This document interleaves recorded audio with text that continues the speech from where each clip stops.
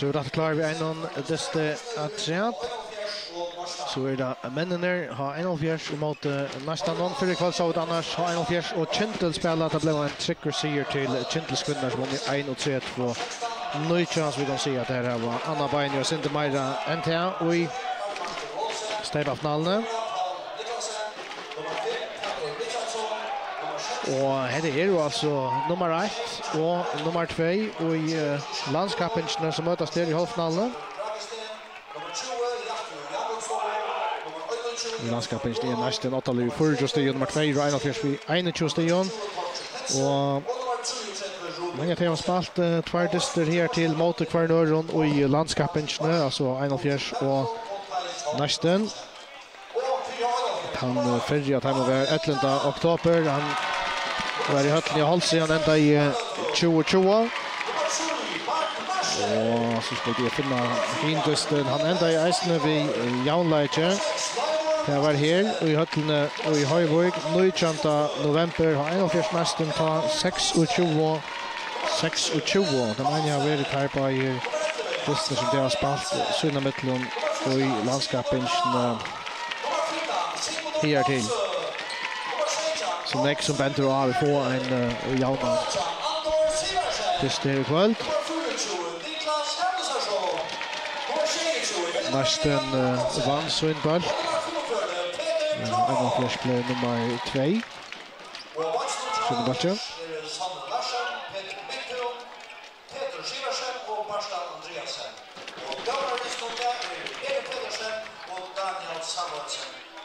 Nästan vi fotlon styrtal i Patch 2 men har en av fick till 4 och i det mesta vann på 1 men en av fick 4 i Patch 2. Det är alltså nästan som ska sätta upp igång. Stickvande fotl. Höll glända nästan. I plats för flyer scorer på jag ser. Center Dragstan Shipper. Spelar ju nästan någon här med Herbalten där nu. Torshäll Hansen. Rasmus Söpi. Ja, vi Bruksla och domaren de nya backlinjen om att kanske kan basta Roy ja strykna. Spelar för igång dator. Så Kraxton där. Rasmus Söpi. Rasmus Hansen.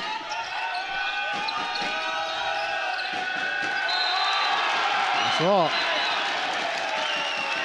Det är färdigt Macron där mot Brasil från början. Och domaren ska lycka ha vår ja tar på Rasmus Söby och Peter Krog men i alltid att här då jag tagit av vi rätt ut att randa.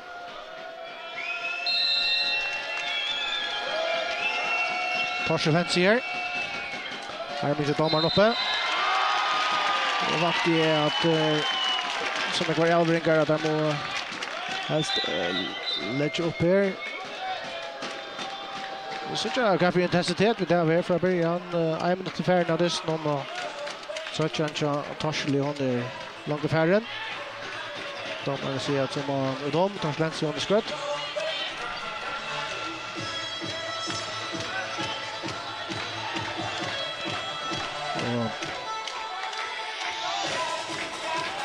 Jan Svein Dolavik kommer fram. Nummer 1 i original. Nästa ska göra shot av här. Armin Dollar upp en goal. Det Trent Kraxton skjuter och först nu ut att vi spelar Rasmus Söby för inte färdas bollen här. Inkast till ha 1-0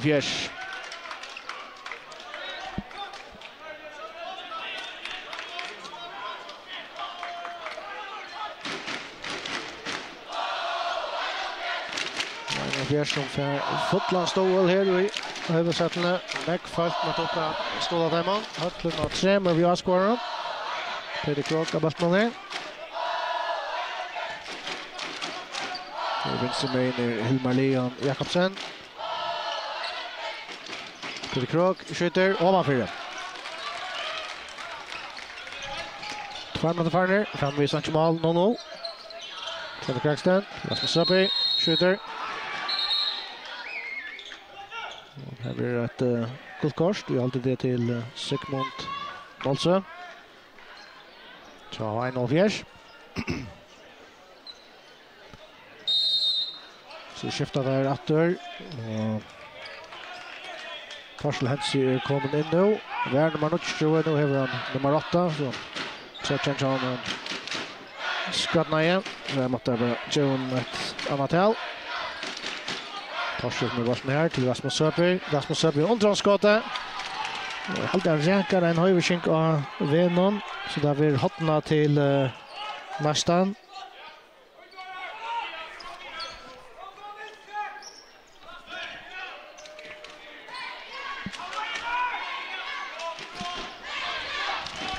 Switch mot Farner framvis 0-0. Marsten ska räkna sitt hål här. Torshäll skorar 1-0 till nästan under spalt och switch av noter.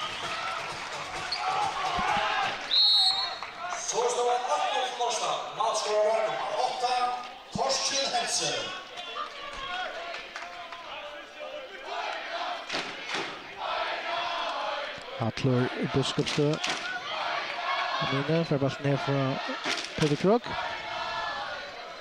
Peter Krok och högra matcher och Hilmar Leon Jakobsen och vänstra.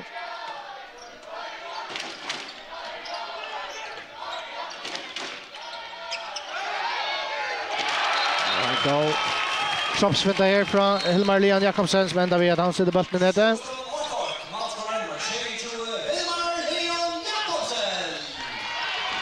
Här kicksar det alla på nästan långt här Henka efter två spelare Henka efter vänder till vi. Här skulle jag inte bara på sjur Leivor Martinsen. Ensam Atler mot Malvia Noncha. Nästan Niklas Satchvel som för snäckar ner så står han alltså framvis 1-1 men här är inte väg Rasmus Söby och Sandor Kragsten efter jag tror att nästan är missbollen. Nästan kollar här.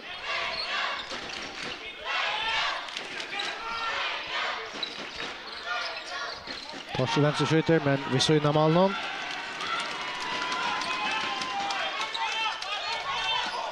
Peter Krok skjuter. Åter är Satchvel här, Bjergar. Sandor Kragsten. Dejligt tempo och god intensitet vi har här från början.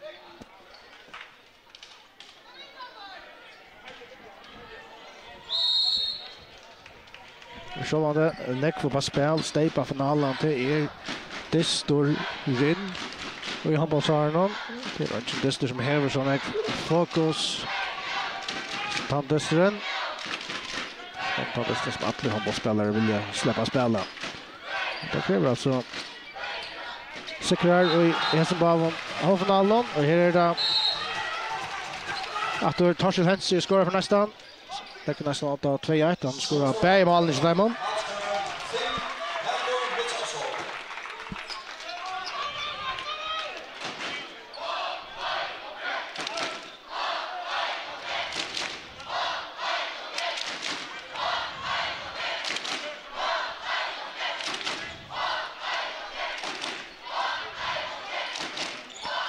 Små en av viskan svär efter det. Peter Krok skjuter. Att Bjergar Satchvel, där får han mål träat. Och att vi synda mål.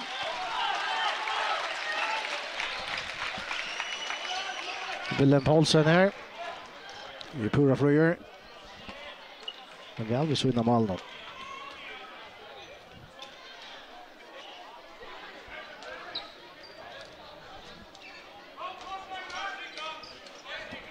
Det går 6 mot Farner, 2-1 till nästan.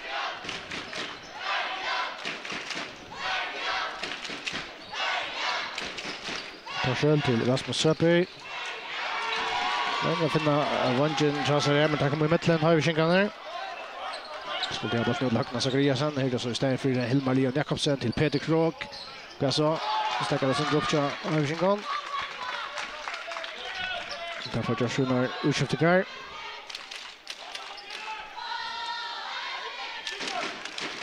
Mark Marsher kommer in. Här. Jag strykna för Sigmund Olsson.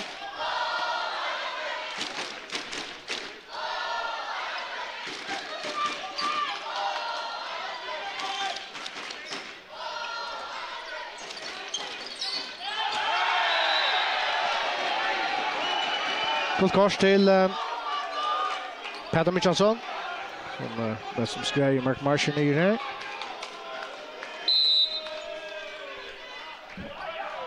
Sjöon håll mot värren 2-1 till nästan.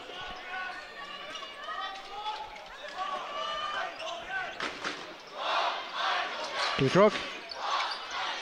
Till Willem Paulsen. Resa för skoraren. Jaunar till 2-2.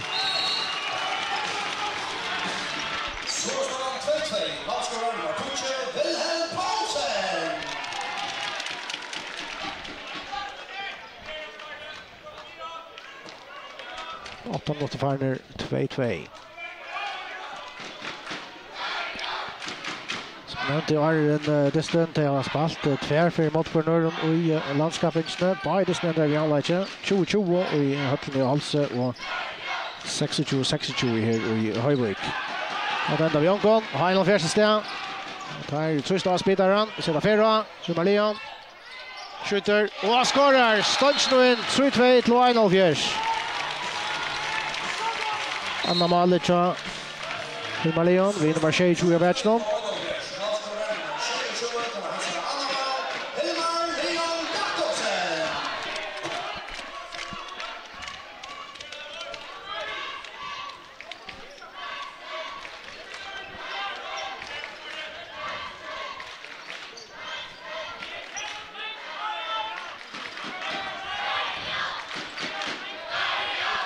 Weston bygger upp.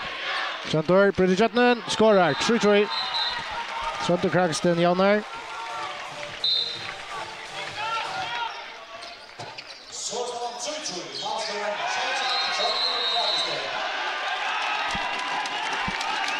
Utvisning till nästan nummer 5. Peter Mitchelsson. Hej finns jag Gustavsson.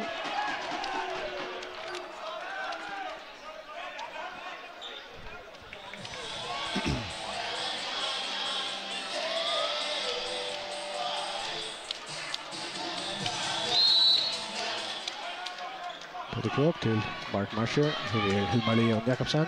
Live för bollen från honom. Här, Larry Mortensen. Vänstra Vankeren. Willem Paulsen i högra vänster tror jag har en fjärs. Peter Krok som här. Hilmar Leon som skorar. Och samstånds en utvisning att se till nästan. Och till Safer är det Karl Hero Paulsen. Det kan bli en dörrlöt att nästan någon. Hilmar Leon Jakobsen. Han ser 3 mål. Och 1-4 nu. 4-3. Mycket och en halv mot till färgen.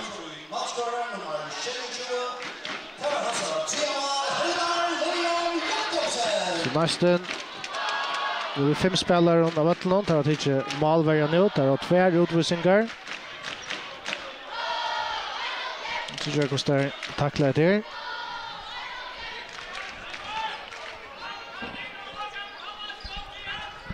Så det går ut från där vill jag leda bollen köra och Toyna är utvisning någon. Som det Kragston. Torsel Hense och han sätter ett flott skott från Torsel. Så 3 mål. Och tar det sjätte av Höjvikinkar. Bollen för skotten Arjen. Malvärjen Niklas Satchwell klarar att komma in och så är 5-4.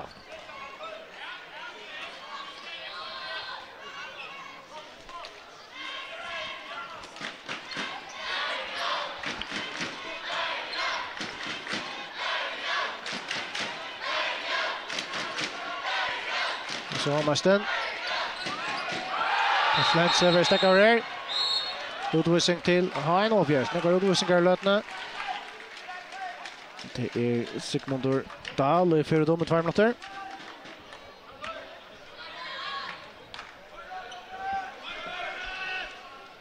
Nästan här framme spelat här 5 efter så här är det några sekunder efter är utvisningen alltså målet att han ständigt har men där är just när alla på någon vi 5 utespelare och måltalen så att det här är 15 sekunder efter ja. Det är en ju utvisningen ganska näga mer av hinner. Samson Sever har en av deras einspelare sitter den utanför. Santor Kragston störst jättebrott från honom. Gång runt han ner, vinner ett brottskast till nästan.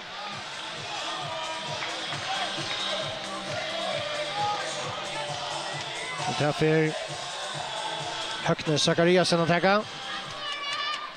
Högne Zachariasen skorar till 5-5. Nu har spalt i 11,5 minut.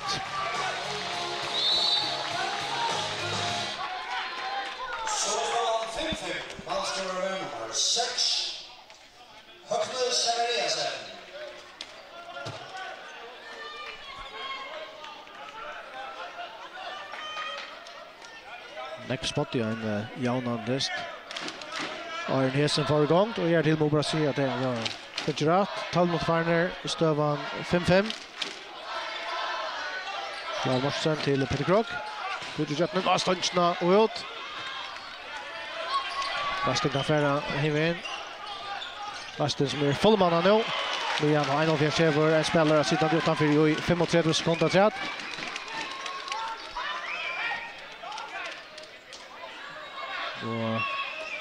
Och vi försöker spela att alla uppe utan Malvärja. 20 sekunder här där efter jag utvisningsna.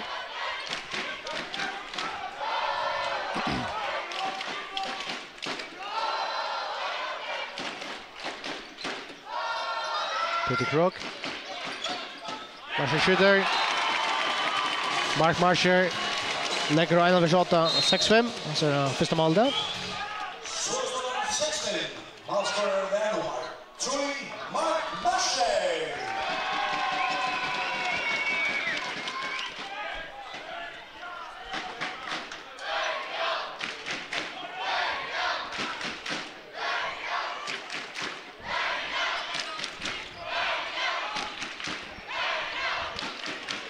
Sebastian, Sander Kraxton.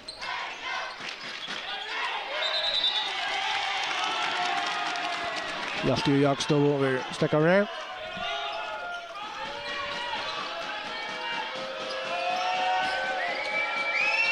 Sander Kraxton. Kicksar till nästan och som var väl saktans. Det kom inte långt Jordan. Domaren för Automast, men lukar mycket för tog i Einolf Fjärs. Vinner under bollen. Fradan och lägga väl. Det var så nolllägga för först för vi just någon att komma på en 2 slice-low. Det var 8-6-5. Nu har spalt i 4 minuter.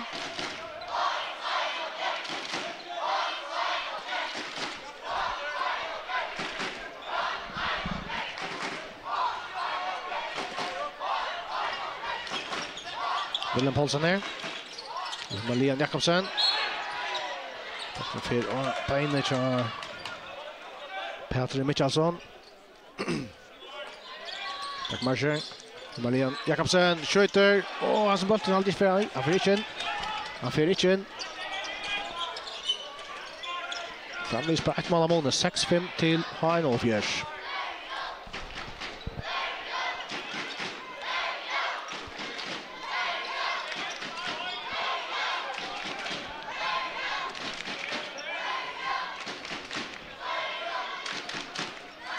Förra halvlek kött Holmgrunden. Sander Kraxton. Ja, det har haft en näkast när Michelin då. Nästa allopning skulle jag säga till. Det var så Anche Michelin. Gott skott från Torsten Jensen. Och då får vi den så 4 mål. 6-6. Målskorare nummer 8. På hans 3 mål. Torsten Jensen. 3 mål säger en speaker ska få checka det vi håller som det. Ja, jag så tränar för 4 av 6 mål så nästa gång hinner ut i då Högne Zachariasen och Sander Kraxton.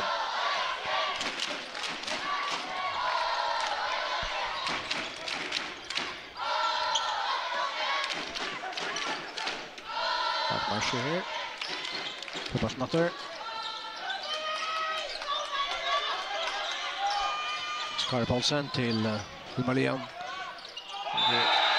Öle som han bäg kan. Och vill näck för shoulder. William. Stjärna spelare, han spelar ju Fredrik och varje spelare.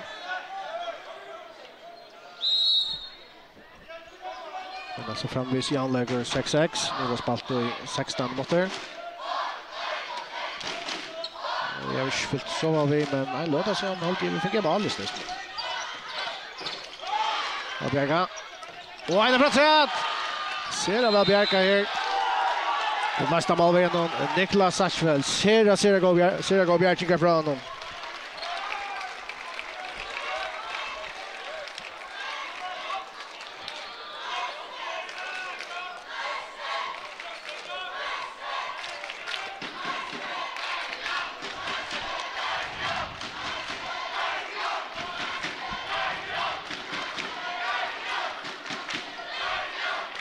Sejan mot Farner, 6-6. Och här långa det ver när Selje Monrelter. Torsten Lense för Jadden. Så kan vi broadcast till nästan. Och har en fjärs skifte målvärd att lägga broadcastet. Adam Frot, Ingemjens och Shibagoto. Högne Zachariasen var ser att trycker igen att han sköt broadcast. Just över nu. Högne Zachariasen skorar. 6-6 nästan.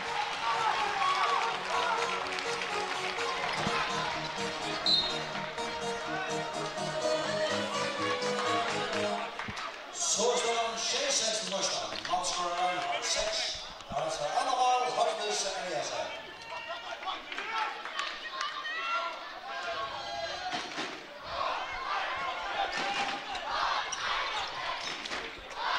Marian. Och Fäbersten in till Backmarscher. Jag vet inte om det var vilja eller om det var tillvild, men det är nästan upp för väl. Så jag lägger Shea.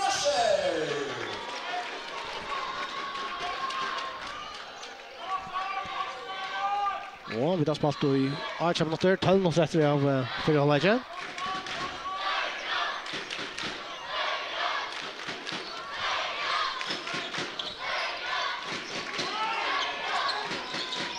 Bra spalt! Och han sitter. Väl spalt in och strykna till Roni Olsen som lägger nästan 8-tjej.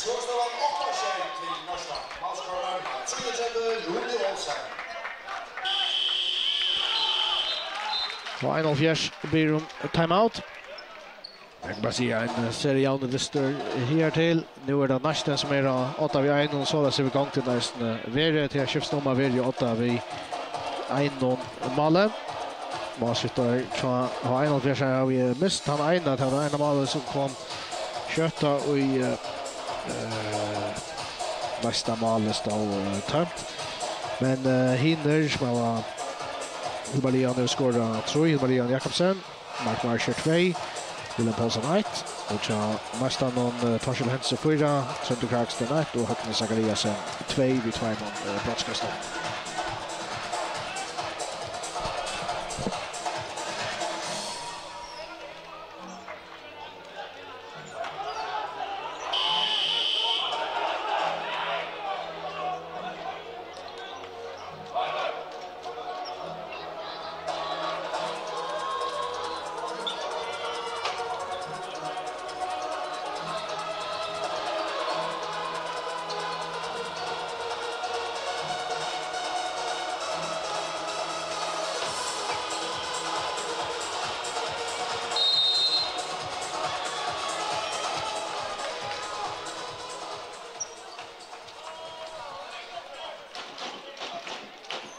Så vi färdig gång efter.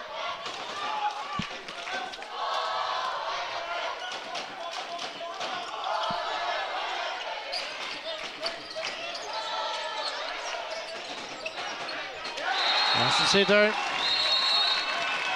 Styrkespelaren Heinolf Fjärs Sigmund Ronalds och Janar till 8-8.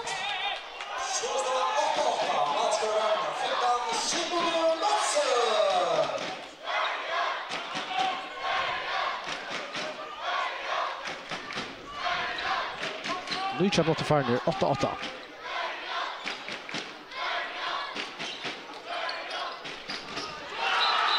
Mål.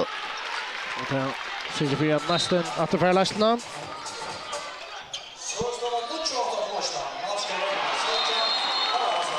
Det gånger kött, båda vägar. Vi Marion svär att det fyra har en fjärs och så jag läker Nucho. Så står han Nucho. Han ska vara nummer 26 Karlsson. Fjärde mål. Hilmar Leon Jakobsen. 20 mot Farner, Nucho.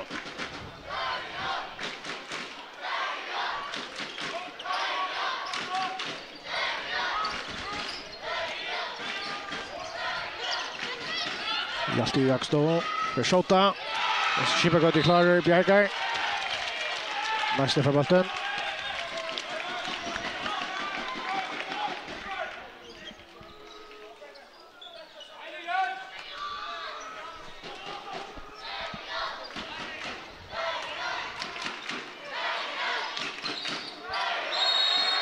Det var helt väl i Svante Kragesten. Ja. Vänjar inte ha nästan någon i Jeppe bak. Blir upp timeout. Nucho. 20 minuter och 35 sekunder för nu för Hawaii.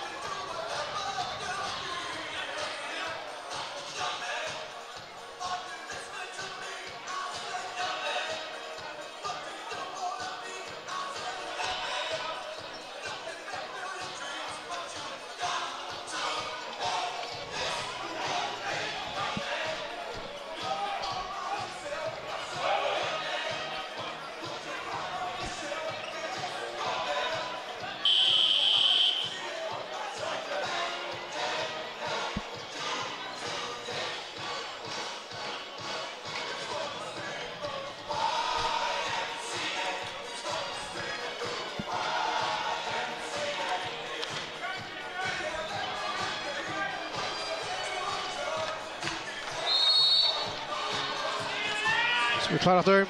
Nästan Jalabbe, Jan lägger Nucho och skottar spalt i 21 minuter. Som Kragston till Torshäll Hansja vänstra backe. Och där Karl Herup.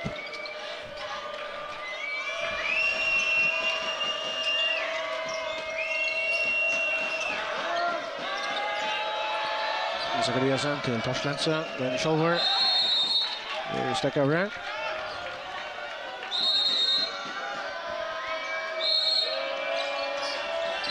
Minns domaren kom upp.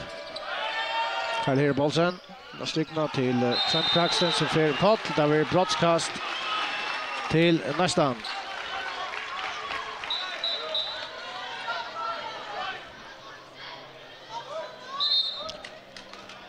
Och samstånds är ett gott kors till Hattle Biskopstöp. Men här är det alltså Högne Zachariasen. Alltså 3 brottskast. Han skorar 2. Här till. Och match med läge då 3 mål.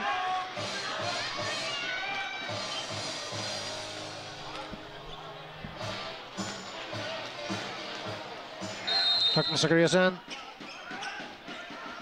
Skorar. Till Nucho till nästan ut av spalt i 21 och en halv minut.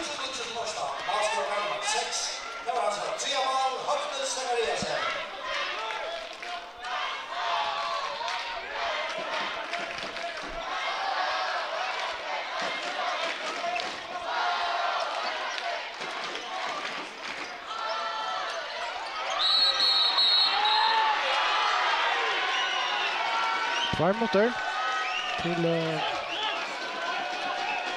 pitcharen till nästan om Christian Dolovic.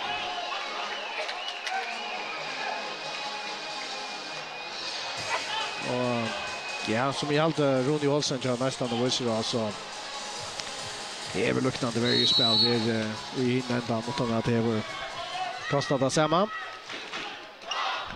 Men alltså en av först nu vi ändå lägger flera men skaknetta och i hesen omfär någon skottet från Peter för Omar Formalen 22 mot Werner och det är alltså framvis Justin där i högsattlarna Marsten som är 8 vid Einon Nucho.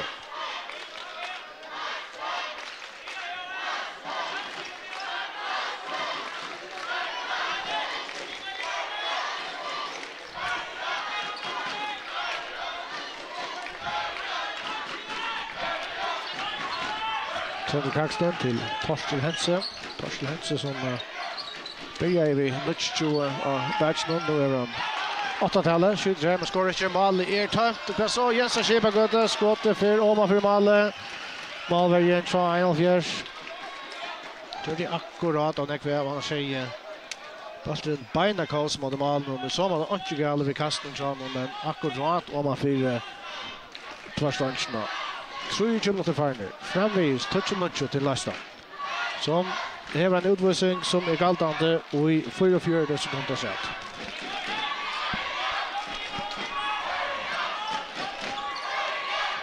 Här här bollen till Torslense till Trent Kragsted efter till Torshäll. Trent Kragsted har bollen ner. Ska spänna stekna men tar kicksar Janon och så är det tömt mål. Och hesa för Ferra Einelfjärs. Bollen och i Malle och till Peter Thompson som är kommit in som skorar sitt första mål just där Desnon jaunar till Tuccio. Så står Tuccio. Han ska vara låta Peter Thompson.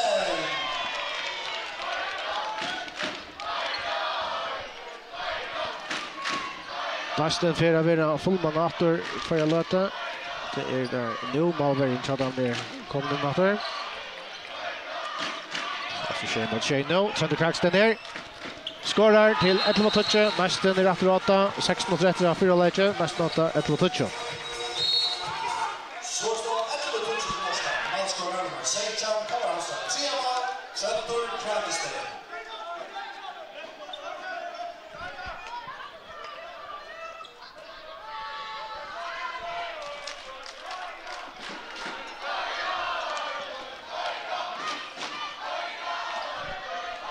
John Höjsinger kommer svära till här. Peter Krog. Skott i här och till Hatle Biskopstad men han är released nu. Nästa målvärden Nicolas Satchwell. Nästan varvade sin Laszlo i ena målet. 11 touchen och 5 minuter efter av förra halvlek.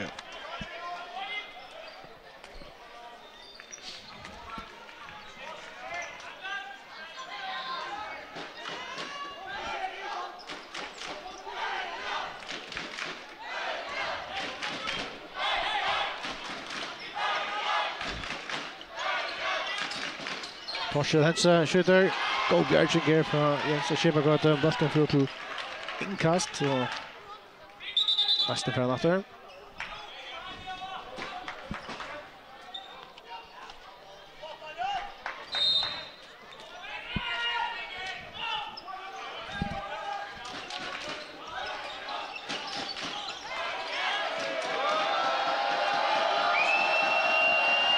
Karl Herbolsen.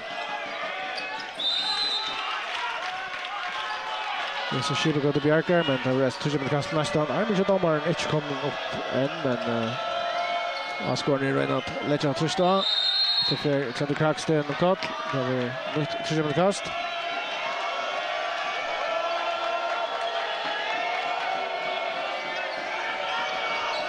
Center.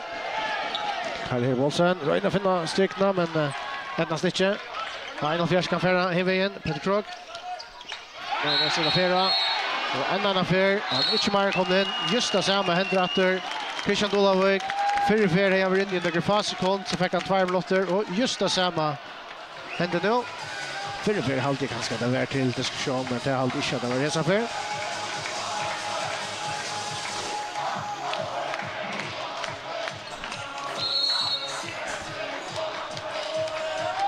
Och över till Höjsingarna svär att det nu. Tar rätta för vi ena målet. Tuccio 11 då spalt i 26 och en halv minut. Det var en spelare Flyer Vatlon. Mark Marsher till Peter Krog. Peter Krog för bollen ner. Ja, spalt ut av vänchen.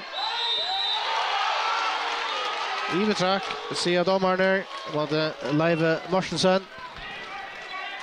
Så står det mål till Charles Winstra vänchen och Charles har en fjärde skär till att jauna.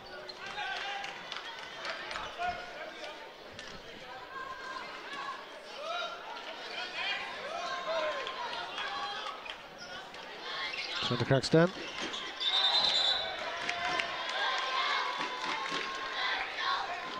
Top 10 job vill jag säga. Pierre Lekveld, Trendor. Så 8 Nekvon.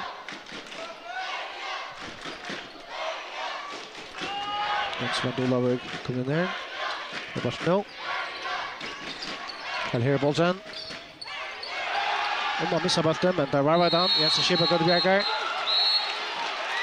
Varm låter sig domarna till Hans Kara Hansen, Chino Fjärs. Det var det här, det var det. Nej, det var nog Peter Krok allt igen. Vi fick alltså. Nästan 24 sekunder efter han synar Jodvising. Och en av fjärsten och 2 minuter. Utifrån är snart det som är 8. 11 mot touch. 2,5 minuter efter av Firowage. Tack med Zachariasen. Här är det center Kragston. Till Sjolver. Och efter av Bjerka, men en affär. Broadcast. Western Jodvising till Heinolf Fjärs och Hesafer. Värda Hans Kari Hansen. Då är period att jag har överskängon. Där var jag med över i Marlugna. Jag lägger en stora möjlighet att jauna, men långt inte de gjort uttryck. Det var Färman sidan till 8-4 och näst till Nei Broadcast. Tack med Zachariasen. Hesafer, Verbjerga, Aredam, Tegedam. Han ska skåra och Arnetta. Suja Simon. Och Broadcaston. Och en tötningar Mitchell. Bjerging här från Aradam och Brasilien till att nästan hever har annan minut efter av nej Heinolf Fjärs av Einar Jodvising och nästan samfällt fire av hinnare. Vi har nästan nu för att vara fullmanna. Det händer i Heselöta. Heinolf Fjärs alltså vi Anton Malberg i lötna. Finner utspelare.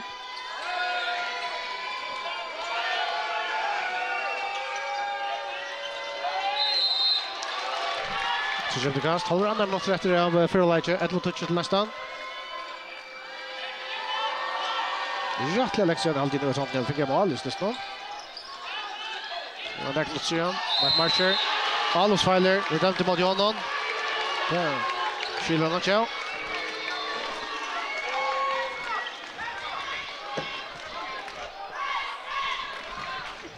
Så slag klockan och 20 minuter. Det märker han här i mindre än 1 minut efter det. För att hålla nu. Nästan 8 vid Einon. Bara 4 spelare i varje match av Einon Fjärs. Det är de fullmanna av nästa liet. Sönder Kragsten. Sedan målet. 12 touch till nästan.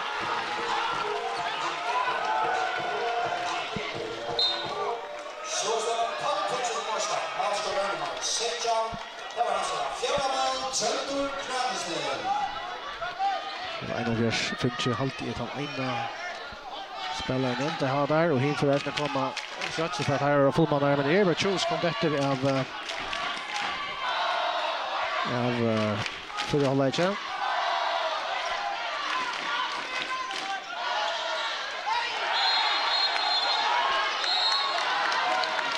Det var sänkt till Bastan, Santo Kragsten. 6 sekunder efter av förhållningen. Einar Fjärs fullman efter. Då kan det gå löt jag får Peter Krok in där till skiftet i Kjörliga. Det kan spelare in. Han var snöt. Det var mot våra partner. 5 sekunder efter. Peter Krok. Och Bjergar. Niklas Hatchwell, Sergio Ferri av nästan i 8 vid 2 mål och i halvleken 12 touch till nästa.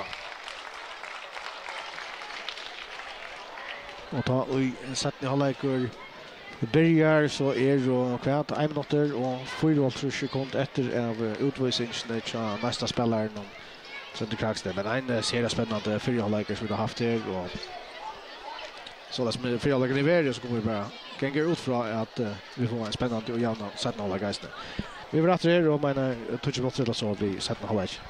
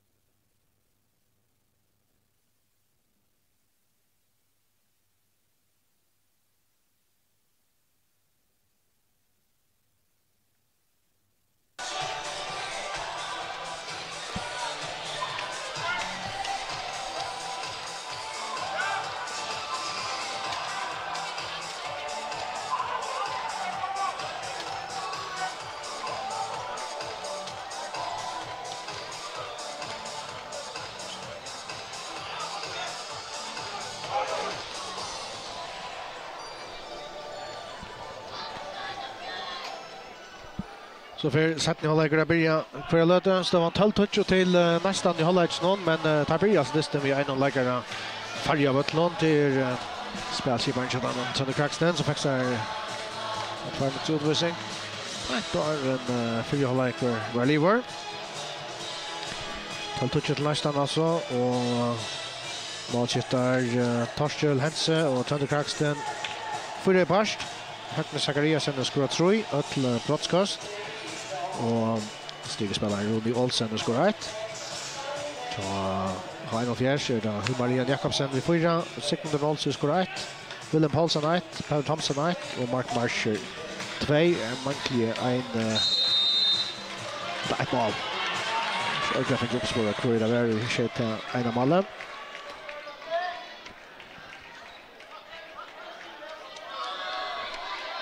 Annars var det en halvfinal till kvinnor ner för kväll och en fler mot Kindle och här blev målen så stor att Kindle måste göra det här andra benet ganska mer till i finalen. Det kan mål först. Sekund Olsen. Det kan målen på alla målen. Man valde kvinnor till Kindle 1-3 från Nujchan och har en av flera serier höllne för kväll och för halvfinalen. Men här Sekund Olsen. Nu skorar 2 mål i snurren.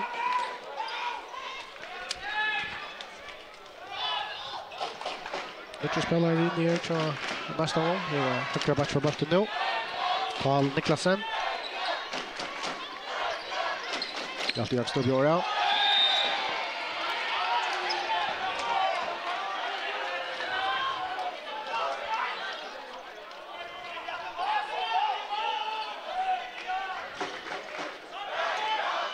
Paul till Hjalta, till Torstjøl Hense. Och den får bollen av stikna, men då har vi inte kunnat få han. Gör sätta av Peter Thomsen över ett skraltant mål. Jaunar till 12-12. Så Peter Reisner kommer på 2 mål.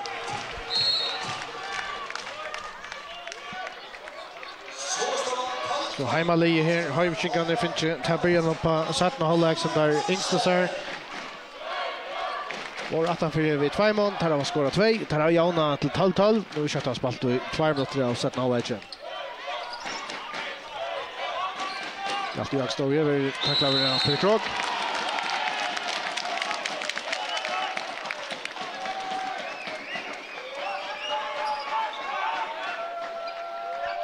Jag ska att blandat där hemma hade Jansson Dolavik. Här då så Karl upp. Nästa trata 13-12.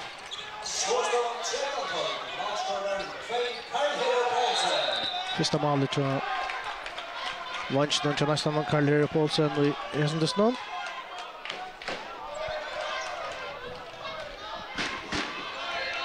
Nästa liat Folmanna.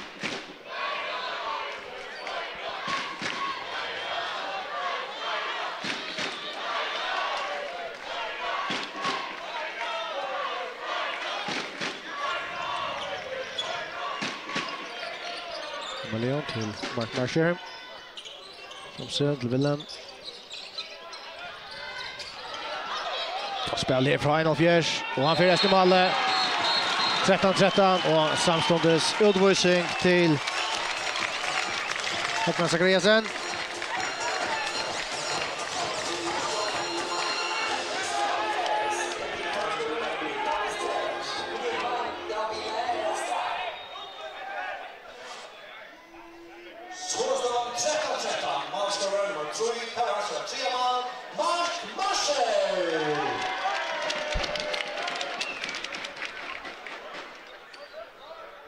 Så lukar en stäcker här i haltet. Det är maltalvan. Det här får några sekunder av utvisningen efter att klockan var stäckas sig alltid att utvisningen nästan ska skruas upp och man har vet med så skruas upp att varje minuter.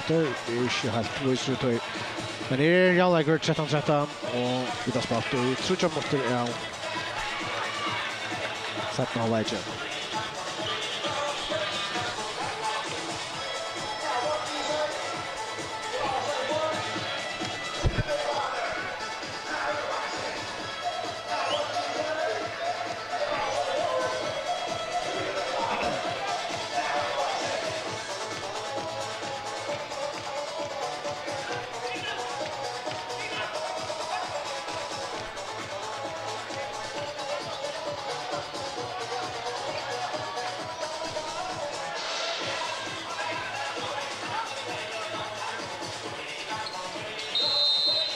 Jag hade varit det. Spelar vi sätter igång där ja och så ger där till att lägga klockan. Standa stilla i en 6 sekunder under körande igång. Här får vi så långt.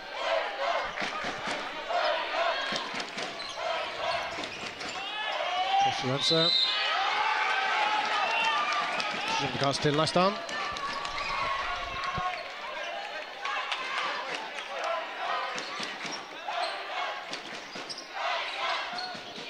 Ja, det är Jensen Chipper gått där.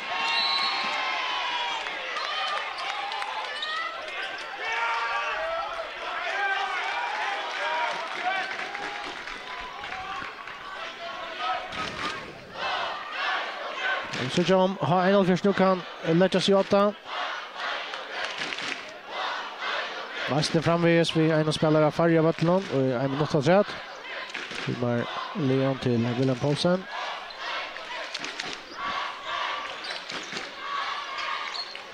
Stikna och en super bjärking här från Satchwell i nästa bollen.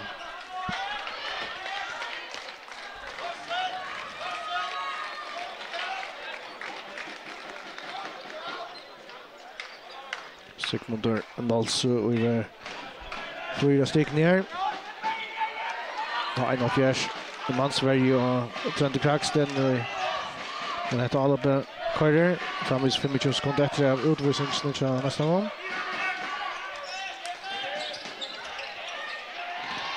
Åter Bjergar. Jensen Kipegødå. Jarl hälsar er 13-13. Så kommer en av fjärs vi fått lär för.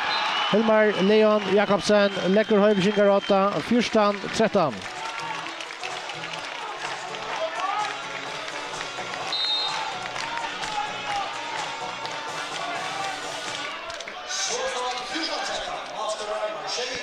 Och nästan har rätt fått la mannen av vattnen.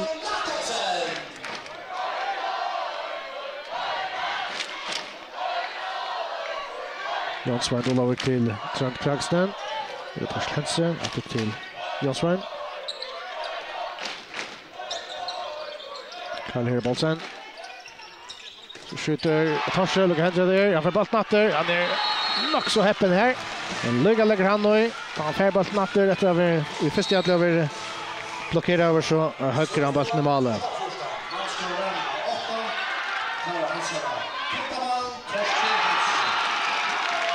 Final Fish svär att det bara vägen Leivor Mortensen till 15-14.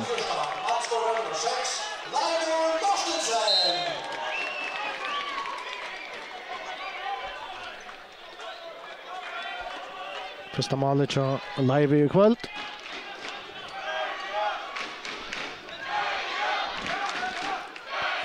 Sex och en halv mot färden 15-14 till Final Fish. Jag svär Dolovik till Torsel Hense. Här upp. Torsel skjuter ovanför.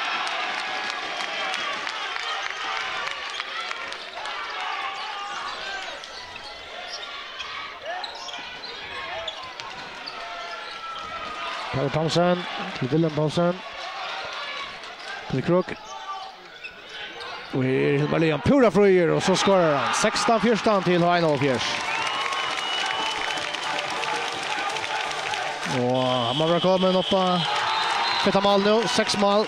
Över Hilmar Leon Jakobsen skorra och samståndet ber nästan om timeout till 2 mål om hon. Har 1-4-8, 16-14.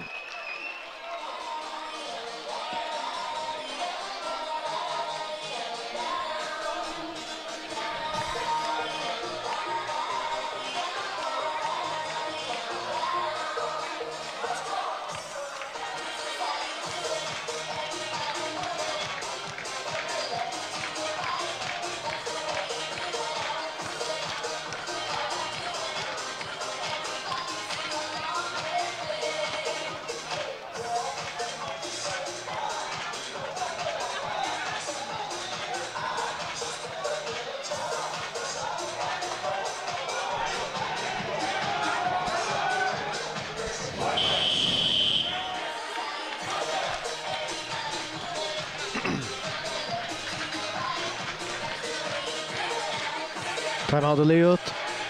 Som nästan bär om. 20 minuter Werner. 16-14 till Heimalie. Har en avgörs. Och ger sig 4,5-finalen.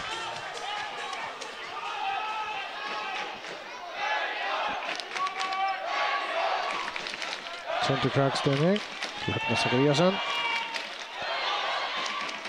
Torster till Jenswein.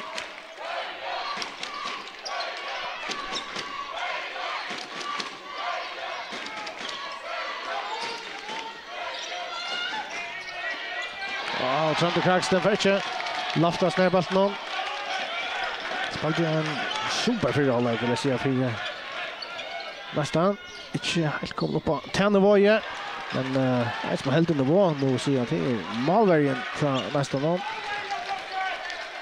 Niklas Satchwell, Nico Goldbjergingar, här Center Kragston. Jens Schibagota, han är nästa väl. En Bjerging från någon. Och Center Kragston i ögon här. Helt att han är ett brottskast.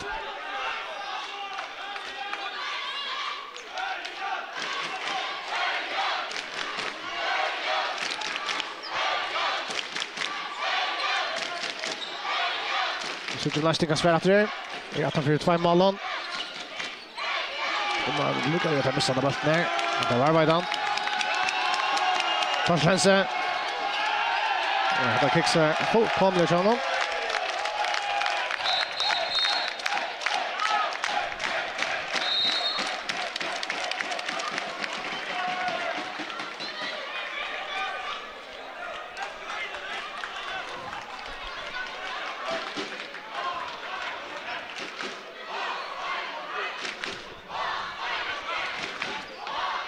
Bajristen mellan Hesbergline och själva landskapet ända vi Janmaja.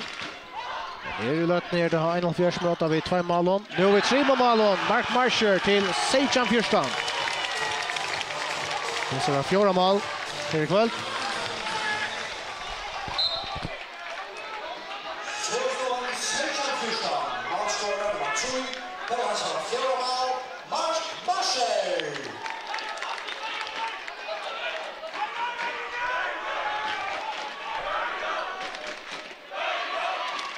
Marsten bara skora 2 mål så här kött första 20 minuter och i sätta halvlek. Tarvar Rota 12 touch. Ja, vi stäcker över. Det har en av fjärs med att Sejan Fyrstan.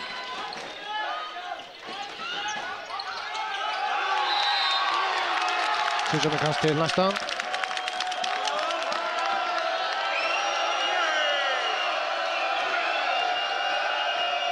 Kontor till Ronny Olsen.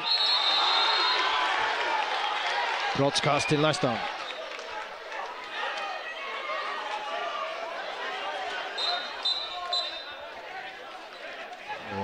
Det ser ut som det var skifta. Högt Zachariasen skorar i 3:e, brände Sujane till 4. Så nu är det i stegen Jansvein Dolavik. Jag ska köra. Här är det Amsterdam i Malmö. Så för Jansvein Dolavik att köra. Han skorar. Nickar månen. Står han nu. Sejan 15 till Heinel Fjärs. Vi har spalt i går 20 minuter.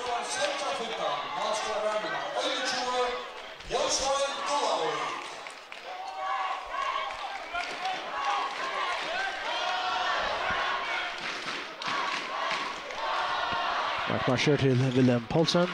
Marsk gör det. Leivor är på spelet. Igång från honom. Willem Paulsen ner. Skjuter. Satchwell är där.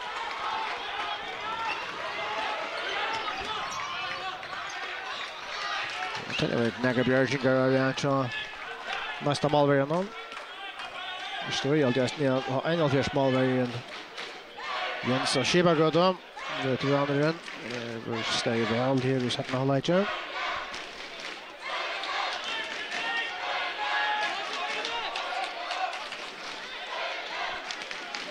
Så då över till Trent Kragston. Hjalte Jagstad in till Ronny Olsen. Brottskast till nästan. Strykespelaren nästan om Bergs till Satchne och vinner nästan om ett brottskast att säga att. Jessa för Jens och Sheba gått och verand I malen. Och det är Jan Svaren Dolavik som just Janne skorar igen. Gott Kvedjano. Skorar. Så det är ett mål av måne. 16 till Final Fjärs.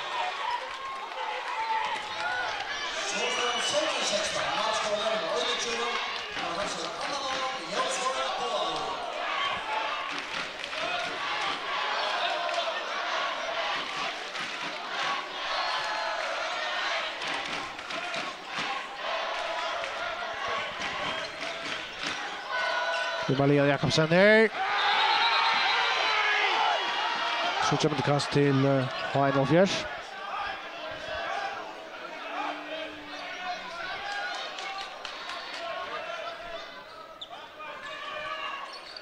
Mark Marsher. Malia skjuter och hälsar för Färran bollen fram vid Niklas Satchwell. Kända målet till Hilmar Leon Jakobsen. Han är alltså toppskytt just nu. Lyssna. Här till nu. Sejam noter och efter. Och står han 1-16 till Final Fjärs. Sönder Kraxten. Och en goalbjärtsing från Jensen Kipagöta. Mål uppe. Han får stanna ut och så kommer Peter Thomsen där och färsar det för honom. Lasting för in.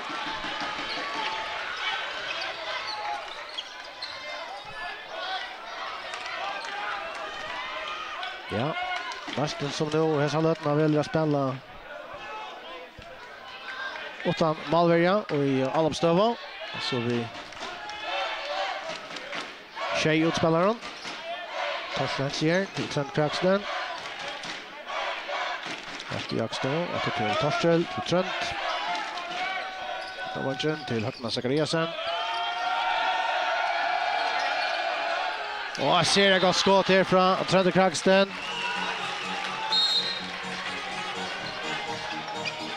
För ett mål av måne. Peter Thomsen skorar till Nujan Sejan.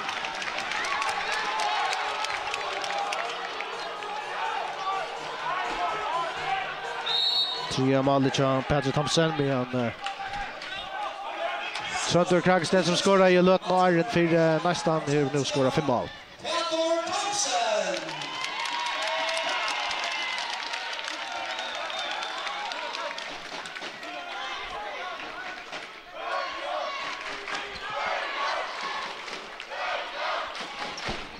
Sönder. Torsten Hense. Och fixt. Bryter Jötnen Kjallvor. Mikkar 1 mål av måne. Nujan Achan.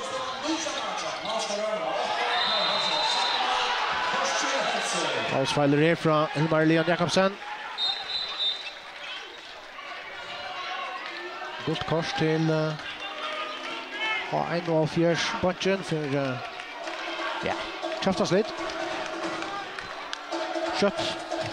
Akkurat är färdig av sättna hållet. Nu bara 1 mål av måne. Nästan möjliga kommer på jämnt. Vi hästen all upp någon. Och där spelar alltså 8 målvärjan och där är det all uppståvo. Per Blavo. Torstel. Hense. Skjuter. Och god bjärtsing här från Jensen Kipagöta.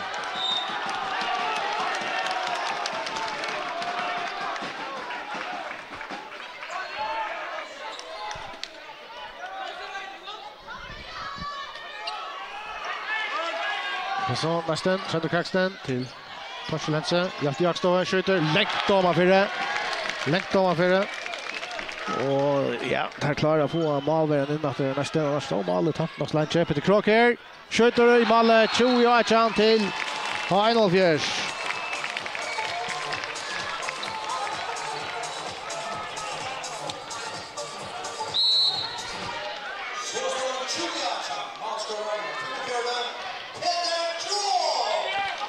Vi ser av fällt nå välvis så är det bara första målet till Peter Krok och just nu.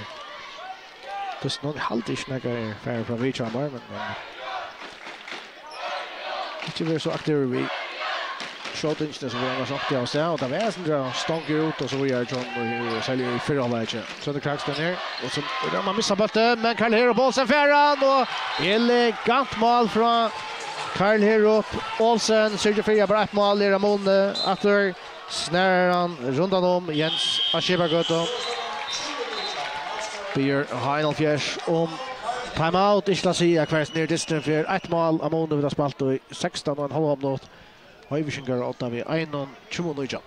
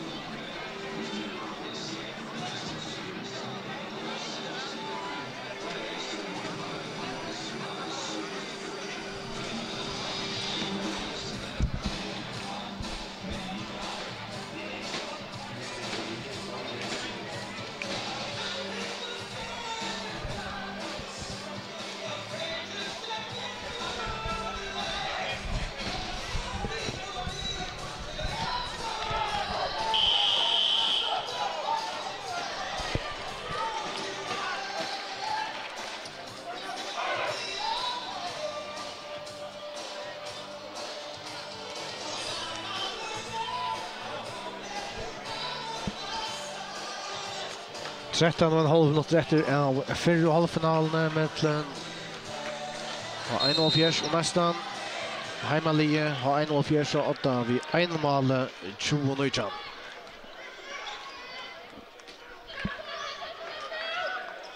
En bröding Jordan Heinel Fjärs. Det var så att mina Löton där chef målvarianter har dam och kommer in för Jens Aschebagöto. Malian Paulsen Per Thompson vill ha plats här men är Satchwell nere och Bjarkar vi mikrofonen.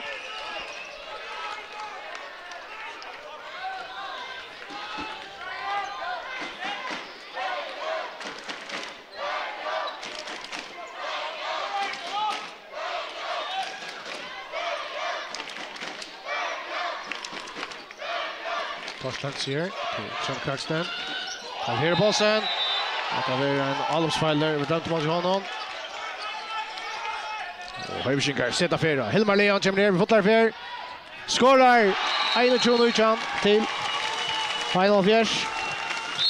Och så kommer han på 8 mål.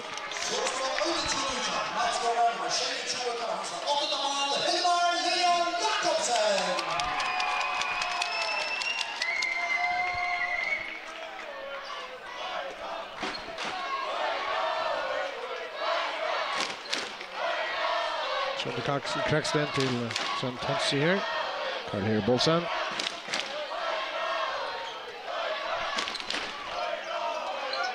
Så skjuter Trantor han hackar han i kassan. 21-20 till Heinel Fjärs.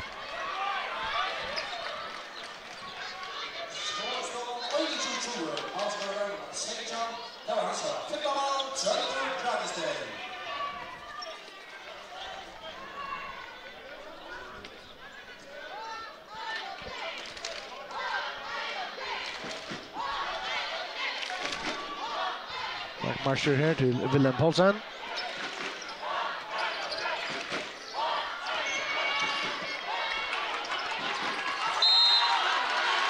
Tack med Zachariasen. Stäcker Willem här till gör kast till Höjvisingar. Marscher. Scholver skjuter skorar. 2-20. Flott mål från Mark Marscher som nu kommer på 5 mål.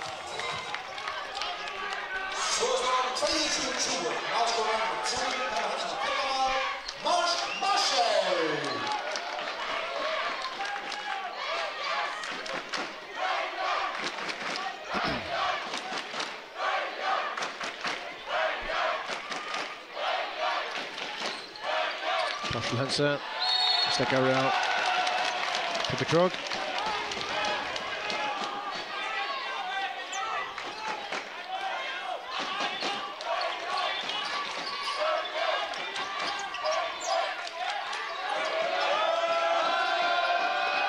Marshall Hense. Skjuta och han sitter. Flott skott från Torsten Jensen. Sitter fri att bara ett mål i målnätter.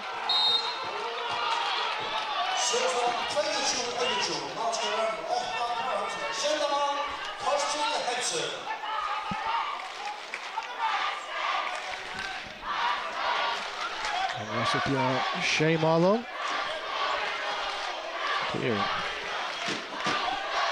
Han är åtta i matchen och nästan någon. Så det kraks den rätt för vi vart att vi 6. Mark Marsher, vi kommer få läsa det.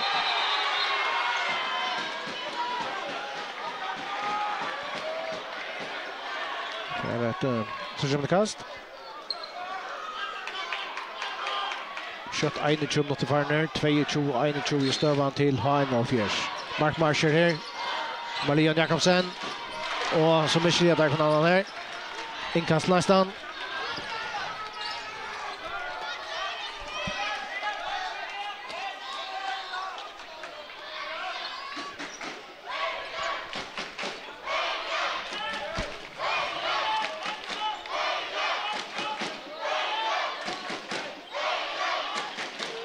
Center Kragsten till Torsten Hensen.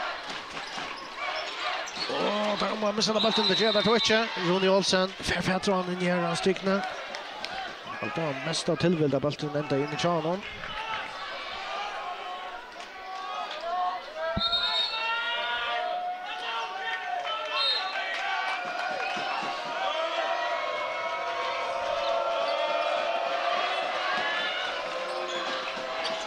Och tar med sig bollen. Och Live Varstensen för det. Han är bra på boll. Han skorar 23-21 till H1 Nästan som vill spela vi. Shea utspelaren. Vero Revse här.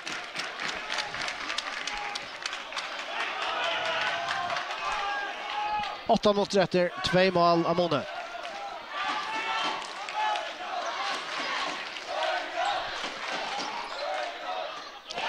Jag skott ur Spursko ner från Hjalta och Jakstål. Final först. Timmy fotlar för. Aldrig från Alsweiler det var nästan. Marion Jakobsen. Nu fotlar för in i nästa värna. 23-22 till och 1-4 för att spela 22 i en halv minut. Spelar om nästan för att Janne nu och nästan kör konsekvent vi är ner. Onkel Malberg att det är i allopstava. Stövo, vi Shea utspelaren. Då är det nästan och i ber om timeout.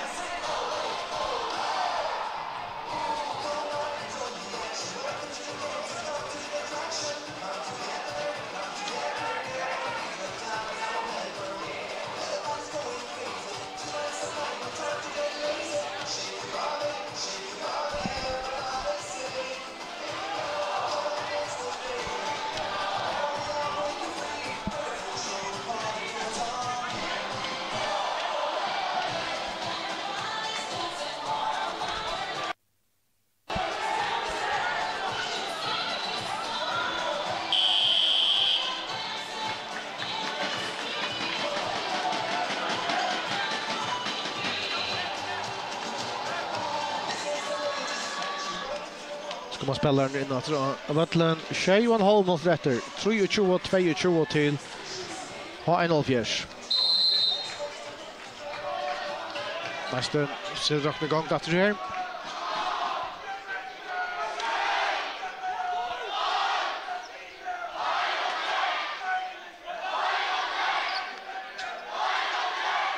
Så det kraks den ner till Trond Hensen. Karl här upp, här ut igen. Högtrång.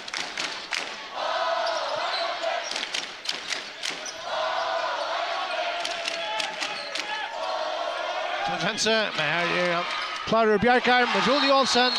Sandra klarar stigespelaren till nästan någon. Lofta lösa bollen och Jaunar till 23-23.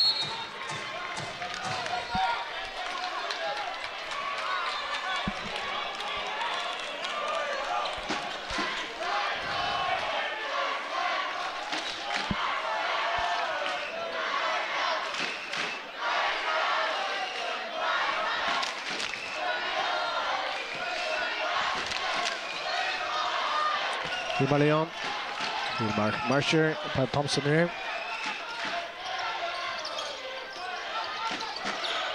Peter Krog. Hilmar Leon Jakobsen.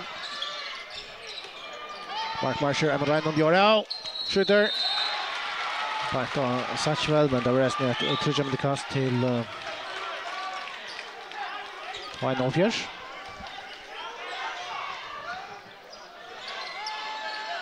Så Högne Zachariasen. Som mansverger Peter Krog i lötna. Balken har stigna till Sigmund. Det har ett brottskast till Reinhold Fjärs. Största mot Sigmund Nolse. Sheffield med utvisning eller något vi. Nej, det är det inte. Klockan går framvägs 24 och en halv minut i färden. Stövan ner 23. Peter Krog, Jim Roman attacka. Brottskastet för Reinhold Fjärs till Geran. Skårar! Och Reinhold Fjärs efter 8. Nu 24-23.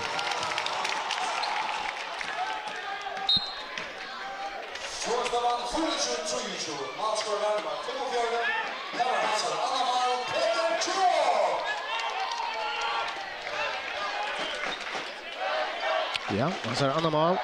Så Peter Krog. Ofta blir det markerat sig vid flera mål än det. Men det var så resten hiven är just. Reinhold Fjärs är 8, 24-23. Nästan redan svär efter det. Väl här upp. Skjuter av stanch nu ut.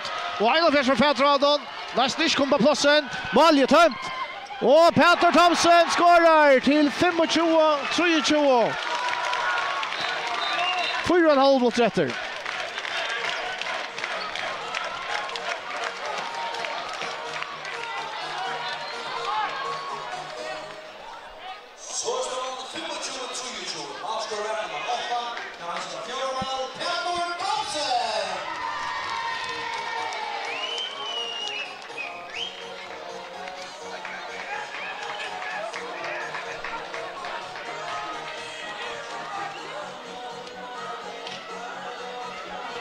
Little stacker här.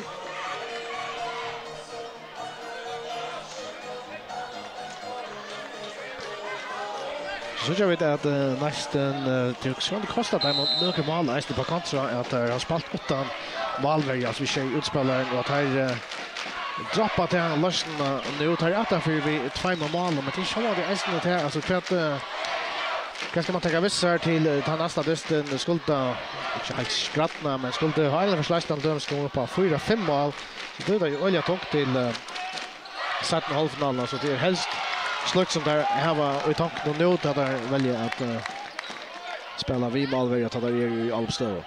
Vi har det målet mycket mål det 25-23 till Reinhold Fjärs till 4-30. Torsland så till Trent Kragsten. Är det Hjalte Jakstova att till Trent. Center skjuter under skott flott. Nickar målen 25-24. Trent Kragsten kommer upp på Shemal. Kommer Havshinkar. Peter Krog. Gunnar Olsen stackar honom.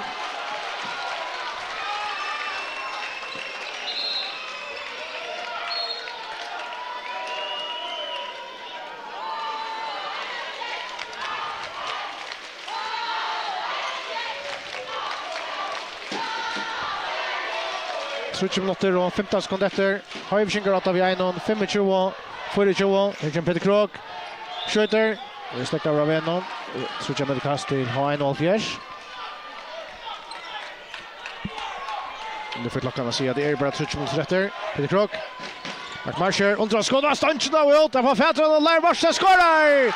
Till 26-24.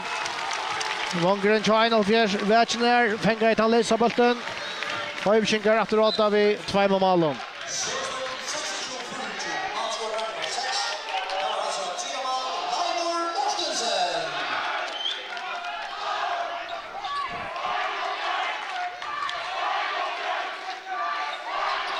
Karl här bollen till Hjalte Jakstova. Det tar sig hänse. Man får paddlar som ett spelare och så vi utvisning och 2 minuter. Vi menar att det är Joni Höjgaard i förhand. Inte länge sedan han kom in av Atlant. 2,5 minutter etter, så ja, men inte 2 minutter og 25 sekunder, så oj, så där en spelare färja Vettland. Nu jag kan föra. Jag sitter utanför den till mesta och är efter av Östnon. 2 mål månader, 26-24 till Final Fjärs. Det är stackar med en golv över torska.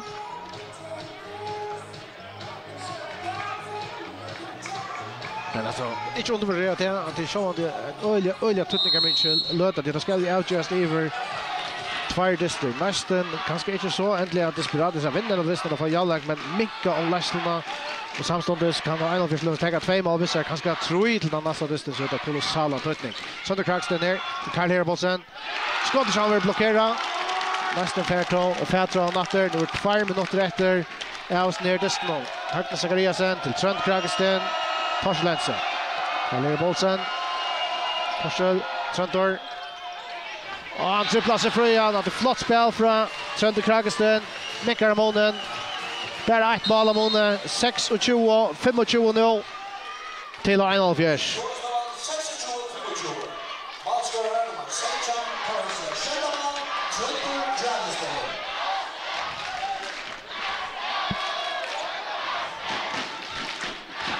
Over andra minuter efter.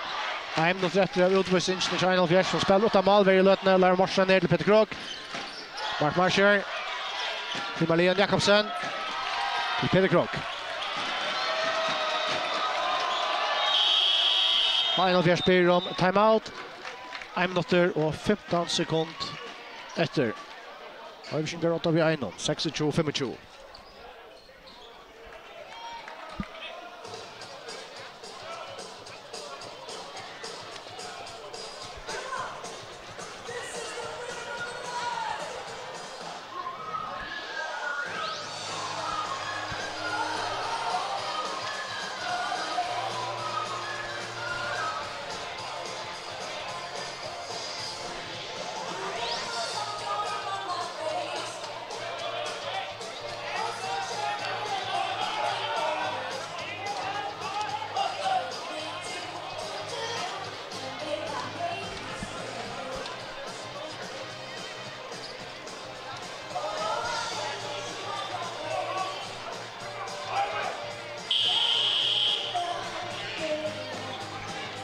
Så kommer spelaren innatter. Så om Final Fjärs kan. Och om Lashley chansar här. Och norskast ända någon. 1 minuter och 15 sekunder efter. Spelar för igång efter. Armin Domaren är kommit upp. Peter Thomsen. Så är det plats för Fenina strikna. Och en bjärking från Satchwell. Superbjärking från nästa målvärden. Bjärkar skott någon här. Från Sigmund Nolse. 26-25 framvägs till Final Fjärs. Nästan nu möjlighet att jauna. Här har vi en lägare flera av Ötlenon. Och i 25 sekunder till att det är ju 30 sekunder efter av Disney. 26-25 till Final Fjärs. Sönder Kraxten till Torsel Hense. Karl Herbolsen ner. Atter till Torsel. Nu kommer Trentor. Och man har vanchen. Högna Zachariasen. En bjärking från Jens Skibagöte till målvägarna som stjäller. Show i lötene. 30 sekunder efter. Om 2 sekunder för Final Fjärs fullmanna till nu. 25 sekunder efter. Låt oss söka om Tarkono. Jag kör det här ett lag. Och om Lashley. 25 sekunder som är efter. Tar förra vi en mål. Spelar helst till det sista. 20 sekunder efter nu. Peter Krog. Mark Marscher. Nu är det bra att till Peter Krog för att skjuta. Nej, spelar vi göra. Hilmar Leon, 3 sekunder efter. Skjuter och skårar! Hilmar Leon Jakobsen till 26-25. En fraliger NTS där Disney för Final Fjärs. Först Jens Skibagöte vi är från Björkjeng.